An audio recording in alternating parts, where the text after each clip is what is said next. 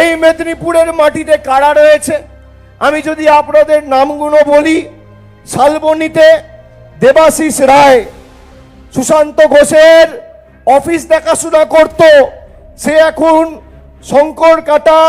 শকের কাটা জিপির বিজেপির বুথের সভাপতি।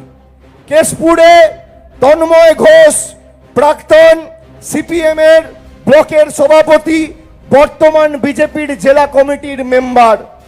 সুবীর ঘোষ, তন্ময় ঘোষের ভাই, সে প্রায় দাদাকে টপকে যায়। তড়িৎ খাটুয়া, কলাগ্রাম জিপিতে বেনাচাপড়া হত্যাকাণ্ডের অন্যতম অভিযুক্ত, তিনি এখন বিজেপির নেতা।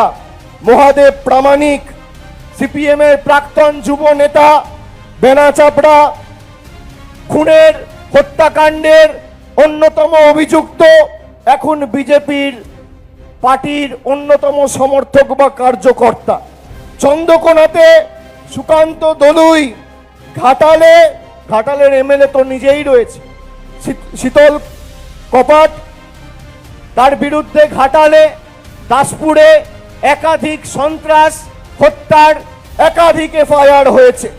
মেদিনীপুর শহরে শুকুর আলী, নাম মনে আছে না ভুলে গেছেন? শুকুর আলীর ছেলে হাসরাফ আলী বিজেপির মেদিনীপুর শহরের নেতা। গড়বেতা তপন ঘোষ, সুশান্ত ঘোষের ডান হাত, বিজেপিকে মদত দিচ্ছে। এই হচ্ছে বিজেপির আসল চেহারা এই মেদিনীপুর জেলায়। বোতলটা নতুন, মদটা পুরনো, এটা মাথায় রাখবেন।